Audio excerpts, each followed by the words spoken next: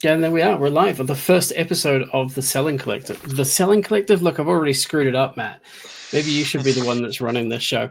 The first episode of the Sales Clinic with Matt from the Selling Collective. You can see how I got that one well wrong. Matt, do you want to do that thing where people introduce like the other person? Yeah, absolutely. So, hello everyone. Welcome to the first edition of the Sales Clinic. I will introduce Storm. So he's the managing director of Sober. They create campaigns for cybersecurity products for Fortune 500 companies and governments. Um, he's worked in the trenches for more than a decade, and he's managed and built teams and marketed international products across APAC, North America, and EMEA. I know he loves mascots, so I'm sure he'll be talking about those today. I've been working with him for a while. He's a great guy, and that's Storm. Oh, man, you just made me sound quite incredible. I'm not sure I can live up to an intro like that. You are Um, incredible, Storm. Oh, stop. So Matt runs the Selling Collective. What's there to tell you about Matt? We met online, which is fun. I think you meet all the best people online. Matt's been in B2B sales for, I think, what, forever now, basically. 20 years. Um, 20 years building all of the big complicated sales pipelines, making sure that big companies make money and small companies as well. And I have tons of questions for you today about sales and sales processes. But the one that I want to start with is you published a blog post recently talking about the deal that you lost twice. So this is fun, and I like this. I like this because most people don't talk about this kind of stuff, right? We're out here and we're saying, oh, we're doing sales and my company's making 7 figures a month and all of that. No one really talks about the mistakes that they made. So tell me a little bit about that. At what point did you realize you'd lost this deal the first time? And then, the follow-up question to that will be, what made you go at it again? Yeah, so interesting point you make there.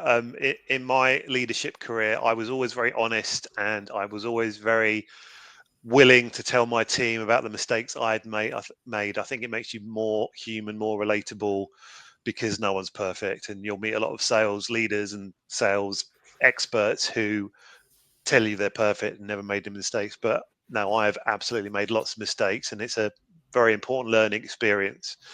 So yeah, I was working out in Southeast Asia at the time, and I had made some contacts with some people in one of our biggest target customers. They were still are multi-billion-dollar global company in the chemical space, and I had built this lovely relationship with this guy. We used to go for coffee all the time, and I was asking questions about the business, some of the challenges they had. And over a period of about 6 months of meeting for coffee on a regular basis, we fleshed out, well, this was a big problem for their organization. They couldn't see how their product was going through the channel, and it was causing them a whole heap of problems. So we started putting together some requirements, what that would look like, and over time I built a solution with the help of my technical guys, what that solution would look like, what some of the benefits would be. And he was telling me all the important people, all the things I needed to know. He was my champion into the organization.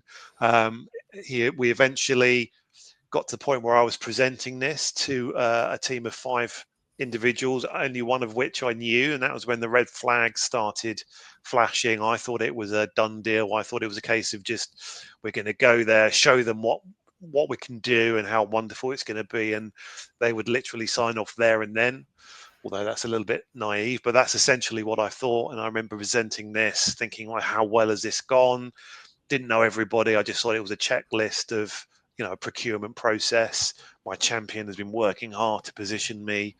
And then a few weeks later, submitted the proposal, thought everything was going well, telling my team back, my SLT back in the UK, oh yeah, we've got this, we're going to win this, it's fantastic. And they were getting all excited. How are we going to resource it? What does this mean? It even put me in contact with some other business units within the same organization who were interested in this idea that we'd put together. So I was thinking, this is going to be a game changer. How fantastic. And then it all went a bit quiet. and I was following him up, ringing in, leaving voicemails, texting him.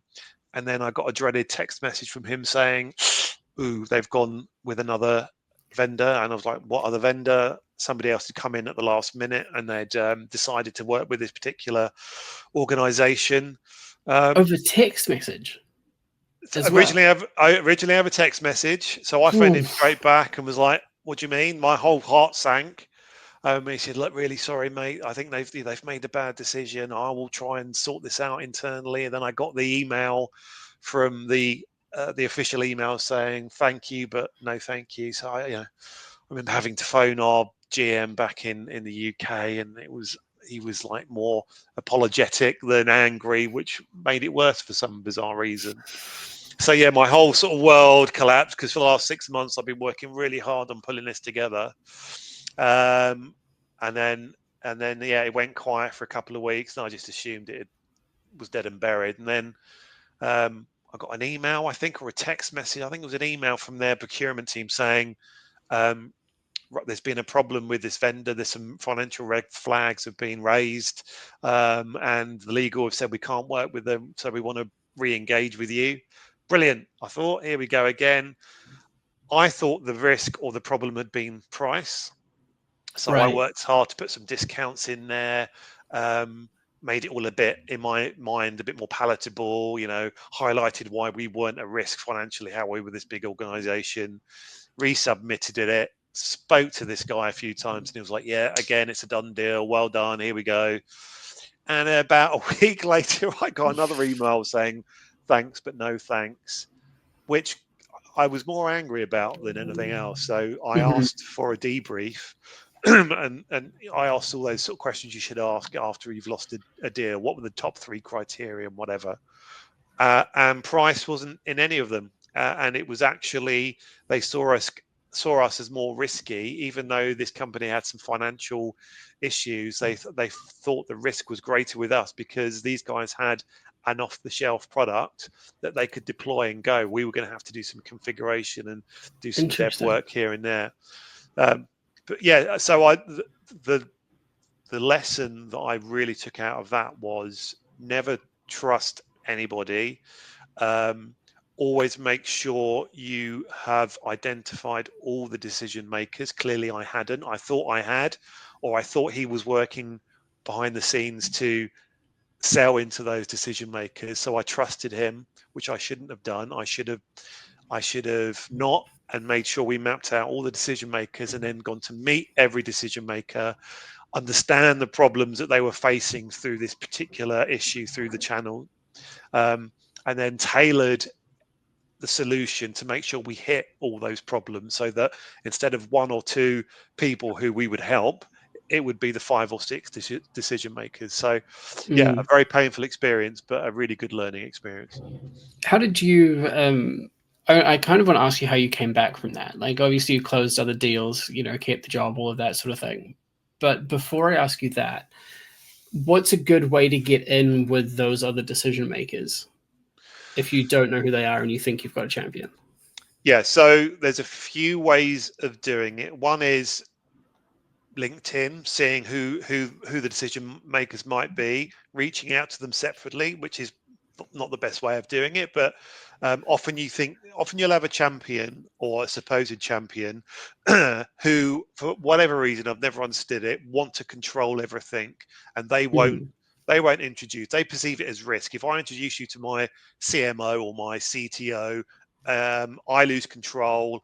If it goes wrong, I'm made to, I'll look stupid. So your champion might be a gatekeeper. What you need to do really is work with that initial contact and find a way that you add value and you help his prestige by making those connections internally. You really want an internal referral. So it'd be, okay, right, asking questions, who else is impacted by this? And then hopefully he'll say at some stage in that conversation, say, well, ultimately it will, our CTO would be affected, or our CFO. Right, okay, in what way? And you'd get his take on what that might be.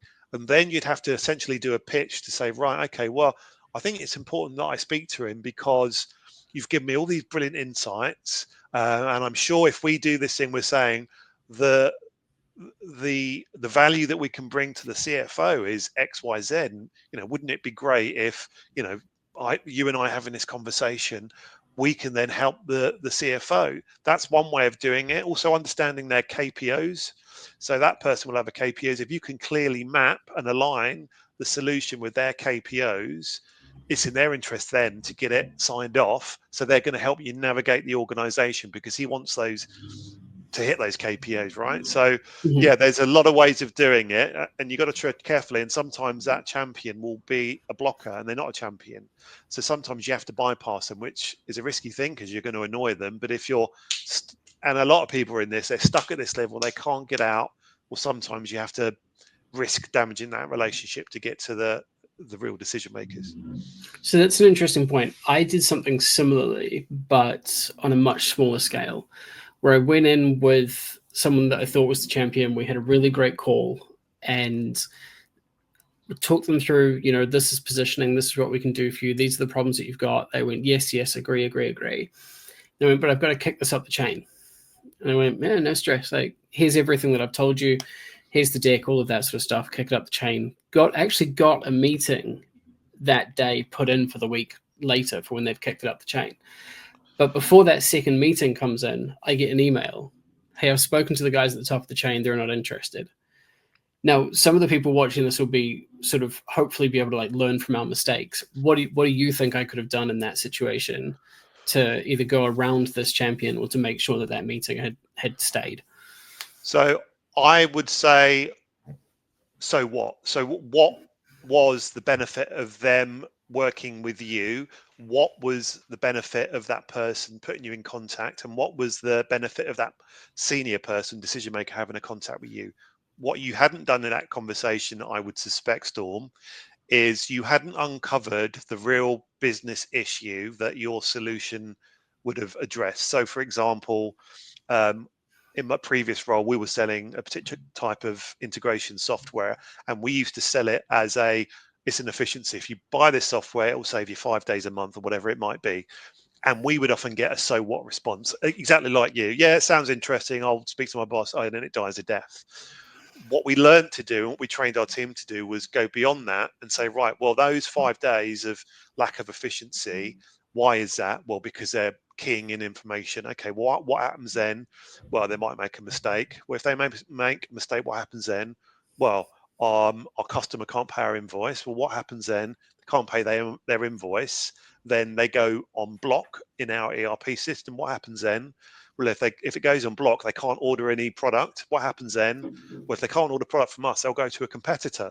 Okay, what are some of your biggest customers that might go to a competitor? Well, they're worth £10 million to us. So what you've done, you've uncovered that this 5-day annoyance thing actually could lead to the risk of losing a £10 million customer. Now, by getting them to articulate that and to validate that, that is what's going to make the move. And then he can then be the hero by saying to his boss, tell you what, I've just found a way that we can potentially mitigate the risk of losing a £10 million customer. How? We need to speak to this guy. So what I suspect you did was you uncovered some surface level pain. We've got maybe our leads aren't converting quite as much as they should do, or that's a pain. But is that really enough urgency in that conversation for somebody senior to sit up and take notice? You've really got to drill down and find, well, what does that mean in pounds, pence, whatever? Get them to validate that. Yeah, you're right, Storm. Well, if we don't fix that, that's going to lead to this, and over time it's going to lead to this. Once they validated that, you've now got that real nugget of information, and you can replay it back to them. So, right, if I'm understanding correctly, if you don't fix this, then that's going to lead to this. Wow, that's a real big problem. Yeah, you're right, Storm. It is. Okay, would it be worth speaking to your CFO or whatever to have a conversation about it? Yeah, I think it would be. So, yeah, it's about uncovering the real pain and the problem, and then quantifying that in pounds, dollars, and pence to really get them to set up and take notice and make sure it's validated. Do you think this is why so much LinkedIn outreach fails? Because people will come to you and they'll say, "Oh, I can get you 500 leads a month," and you're like, no one really tries to understand the problem that you've got before they pitch you. Yeah, absolutely. So a client I'm working with at the moment, how they were doing their LinkedIn outreach was they're a design agency. Oh, we do these brilliant designs, aren't they fantastic? Well, what we did, we changed that narrative to, and it was working with sports clubs. Did you know that the average age of of a golf club member is 55 and it's going up? If you don't engage with younger members with social media, then on average the age is going to be this, and then within a few years your average age will be this. Have a word with me. So he's flicked it from saying how brilliant we are to actually, you've got a problem. You might not know you've got a problem, but you've got a problem. I understand what that problem is, and if you don't fix it, this is going to be the outcome. And Mm-hmm. he's got a huge amount of engagement by just flipping that narrative around. So focusing on the problem, because people don't care. They don't care if it's the greatest bit of software in the world or it's a jar of magic beans. If you're solving that problem with a jar of magic beans, they're going to buy it, right? So it's about understanding the problem, demonstrating you understand the problem, and that you have something that can solve that problem, regardless of what it is. Do you think that the sort of mass outreach LinkedIn automation approach means that people are less worried about doing that because they figure it's a numbers game? Yeah, so there's two ways of doing outreach. One is the numbers game, Yeah. but you risk devaluing your brand, your message, annoying people. And if you've got a finite market, you don't want to do that. The right way of doing it is being a lot more laser focused, quality over quantity, and doing it in the right way. Because of these automation tools now, it's easy just to plug it in, bang, off you go. It's easier, right? It's a lot more hard work to spend time targeting specific businesses or industries and personalizing it and making sure you demonstrate you understand what the problems are in that industry. So yeah, I would agree. Unfortunately, the numbers game can work just by Mm-hmm. pure force of will, but it's not the best way of doing it. Sure. Yeah, I'm a Muppet and I've paid people to do the cold outreach stuff for me, LinkedIn outreach and that kind of thing. And really, again, emphasis on me being a Muppet here, but providing those people with a really tight ICP and a strong problem set and, you know, a tight sort of geographic location, I really found that they were just like, we don't know what to do with this. You know, Yeah, they were like, well, you've given us 1,000 prospects. And I'm like, yeah, I mean, you only need to convert, 30 of them, and they're like, we need 10,000 at least. And yeah.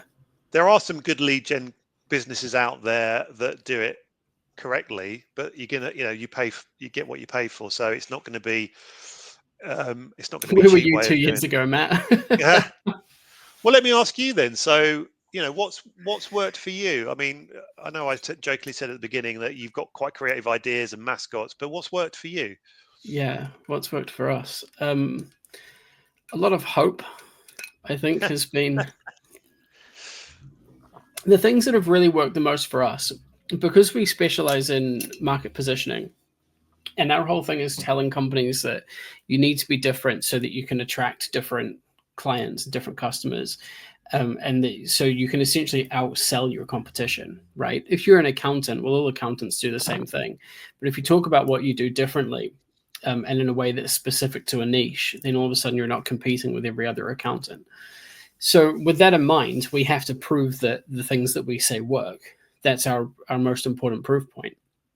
So being wildly different and being sort of wildly creative and building up that brand and putting our brand where a lot of other companies don't put their brand. So a good example of this is we booked an out of home campaign earlier this year, and a little aside for the show here, but we're actually working on booking a second one. And that blew people's minds because a lot of companies, professional services companies especially, do not book mass advertising. They don't book it because they don't see the value in it. They don't book it because they don't know how. A lot of people though will mock up different ads and put them on LinkedIn and be like, "Oh, look, I made an ad," and you're like, "Oh, cool, no one gives a shit. Put your money where your mouth is." By us doing that, that has really boosted our credibility a lot. And it's made us much, much easier to buy from. So I think that's the first thing. We stand out like a sore thumb, very much by design. That puts off a whole lot of people and attracts the very few people that we want to work with. We are very much low volume, high value. by design, right? So that's the first bit. The second bit for us has been very much to your point around figuring out who your prospects are and who you want to work with. So we have a list of our top 100 prospects, and I know everything about those people, from like what color socks they wear to what they got from their last birthday, and we hammer that list. I say hammer; it's an appropriate cadence, an appropriate cycle. But we send them sort of fun stuff in the post. We send them emails. We follow them on LinkedIn and all of that kind of stuff. And we really take the time getting to know them, so that when the time for purchase comes up, they're like, "Oh, sober." The other good thing about sober, and this is kind of going to lead me into mascots, is because the company has a weird name, it's quite memorable as well. So you're like, oh, that noodle, the advertising noodle company, oh, what was it? Oh, do you search sober agency on Google and we're the only one there? You know, people tell me they can get me to the top of Google. I'm like, son, I'm already at the top of Google. So that's another thing that's really helped. And then on the mascot front, so I've got the mascot on the t-shirt. I never go anywhere without it. You can see it on the top of the live stream. There's a whole bunch of really, really interesting research around mascots. Now, anyone that's sort of been to Japan or engaged with Japanese culture in any way will know that Japan is the land of mascots. Everything has a mascot. If you go to your local Asian supermarket, you know, the drinks have mascots, the crisps have mascots, the noodles have mascots. The reason for this is that people build emotional connections to cute characters. We like to think that when we're children, we like cute stuff. And then when we grow up to be adults, we're all like, oh, serious. I like crime drama and football and beer. But there's part of us that will always connect with that cute little thing, which is why like grown-ups love kittens and puppies, right? It's the same kind of psychology. So it makes you a lot more memorable, but you can build a strong emotional connection with people through these mascots. And then mascots become what we call fluid devices, right? So at the moment, my mascot, the Ramen Rascal, is sitting here on my t-shirt. But in a few days, the Ramen Rascal might make its debut as an animated character in a 30-second ad. After that, it might become a comic strip, like Snoopy used to be. There's so many different things that you can do with that brand asset. So all of the sales stuff that we do that's worked really well for us is actually way further ahead, I think. Well, no, further ahead as in at a different part of the process to the stuff that you do, right? The stuff that you've been talking about. They're getting to know your prospects and knowing your champion stuff, I think, is like, say on one side, on the right-hand side, and then the left hand is all of this differentiation, all this productization stuff. And I think that's another thing that's really helped us too. And I want to get your thoughts on this, because I have some that might get me cancelled. But we've worked really hard to only sell one product in 3 different ways. So we sell positioning. You have the small, which is our Sober Miso, which is where we tell you what to do, run some workshops. You've got the Sober Maki, which is where we do everything for you.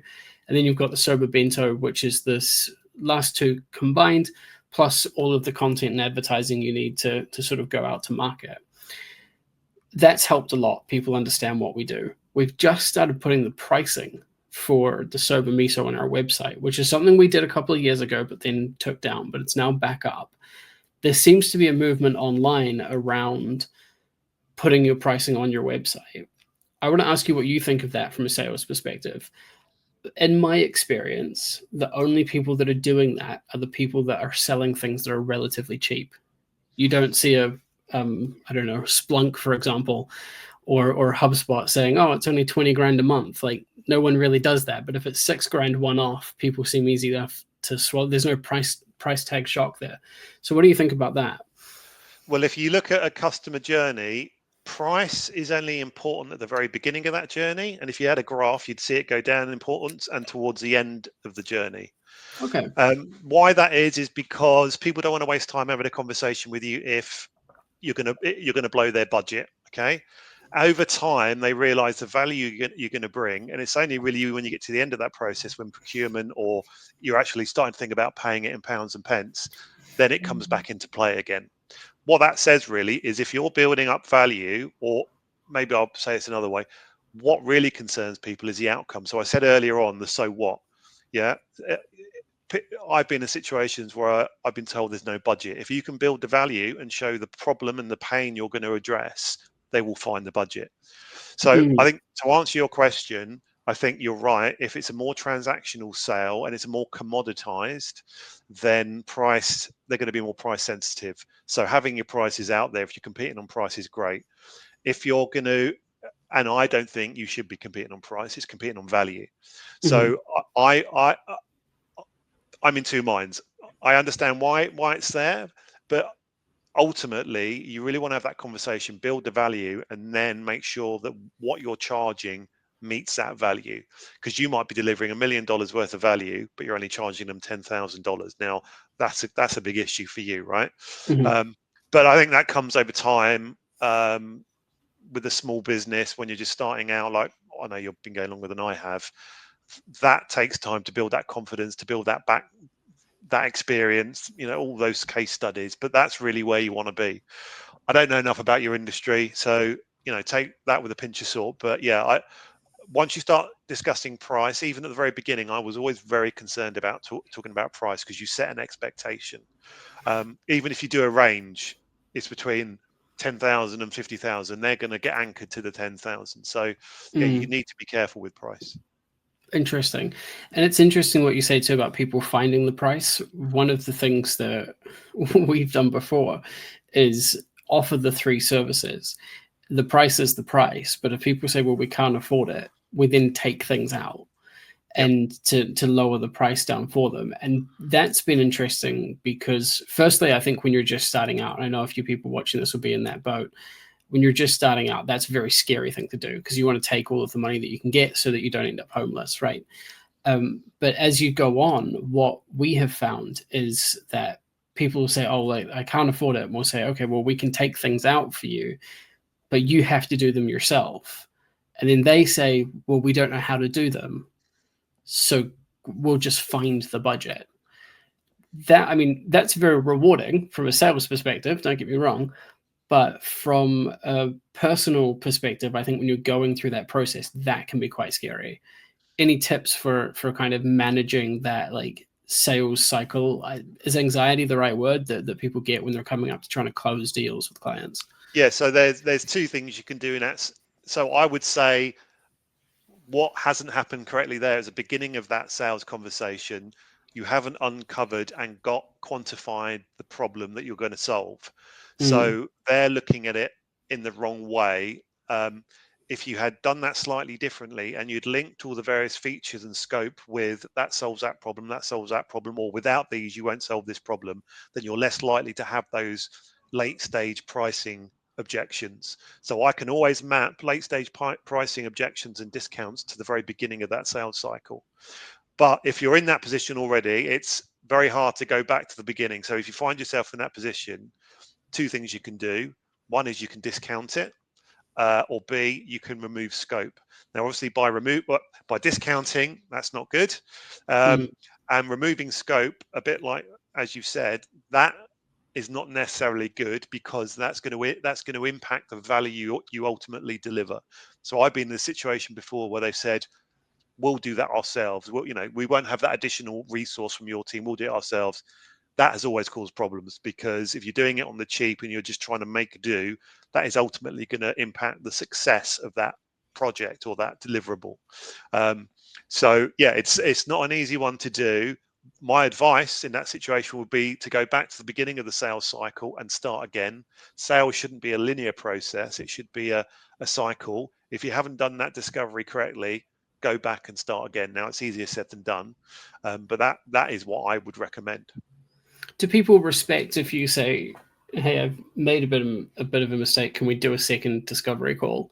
Does that get your respect in the same way that when someone comes to you and asks for something you don't do and you say, sorry, we don't do that, and they go, thanks for not screwing me? If they see you as a trusted provider or a trusted partner, yes, because we're in it together, right?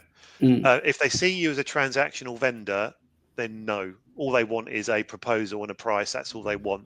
Again, that means that you don't want to work with that client, really, because they're either not seeing you as a trusted partner, or they never will, or B, you've done it wrong because you've pitched yourself as a supplier or a transactional vendor. You haven't positioned yourself as somebody who's really concerned with the outcomes. It's about the sale. If you position yourself as a partner who's concerned about the outcomes and let's work together to solve your problems, then absolutely, of course, look, we all make mistakes. What have you missed out? Let me help you restart that process. So, yeah, if you find yourself in that space because you haven't positioned yourself correctly and they're treating you like a transactional partner and they just want to, then it's a difficult situation to get out of. You do need to go back to the beginning, but if they don't see you as a partner, then yeah, that's a very difficult thing to do. As I said, you probably want to walk away from that because you'll always be considered a transactional partner, and there'll never be a partnership, and they'll screw you on price, or it'll be a race to the bottom. And the walking away thing's such an interesting point. Something that's very hard to do. Sounds a bit scary. But at what point, or is there a point of sort of no return, or for you, is there, at any point can you say, actually, as the vendor, I don't think this is going to work for us. Pre-contract signing, obviously, we're going to pull ourselves out. So the second best response after a yes is a no, right? So you should always be looking to disqualify as often and as quickly as you can, because what you don't want to waste time on customers you don't want, or opportunities are never going to land.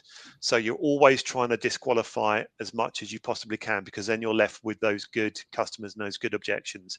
There is no bad time to say no and to walk away. Now, it's easier said than done, because nobody wants to walk away from a perceived $1 million project or whatever it might be. But the reality is, if you're relying on hopium, as we used to call it, then that deal's never going to land anyway. So yeah, you should always be happy to walk away from a deal that A, you don't think is ever going to land, or B, is not the right customer, or C, they're going to focus on price and not value. Again, easier said than done, but if you are doing lots of things right and you've got a healthy pipeline that allows you to have that confidence, that's the position that you want to be in. But again, it goes back to making sure you're doing the right things up front. Nice. It's funny, as you've been saying that, I've just seen that I've got a message come into my LinkedIn inbox from someone who's cold selling me. And I'm not going to read out the company because that would make me a dick. But they've said, I'm reaching out from blank, a European digital asset management platform designed to help creative and branding agencies like Sober streamline, protect, and activate their digital assets efficiently. That's already lost me, but this is where it really loses me. I saw that Sober, you're leading private label brand development, design, and manufacturing solutions for beverage entrepreneurs and established brands. I mean, we have literally never, ever, anywhere mentioned that we do beverages. Yeah, so he's copy and pasted.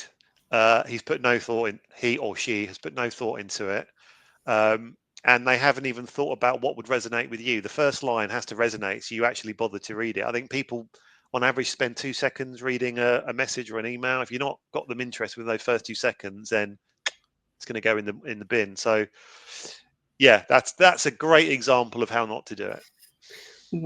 What's I'm going to let you go very shortly, but for the sake of a little bit of mischief, if I was to reverse pitch this person, perhaps I could invite them to the weekly sales clinic. What would your reverse pitch be? Well, I would, and I've done this myself. I would go back and say, how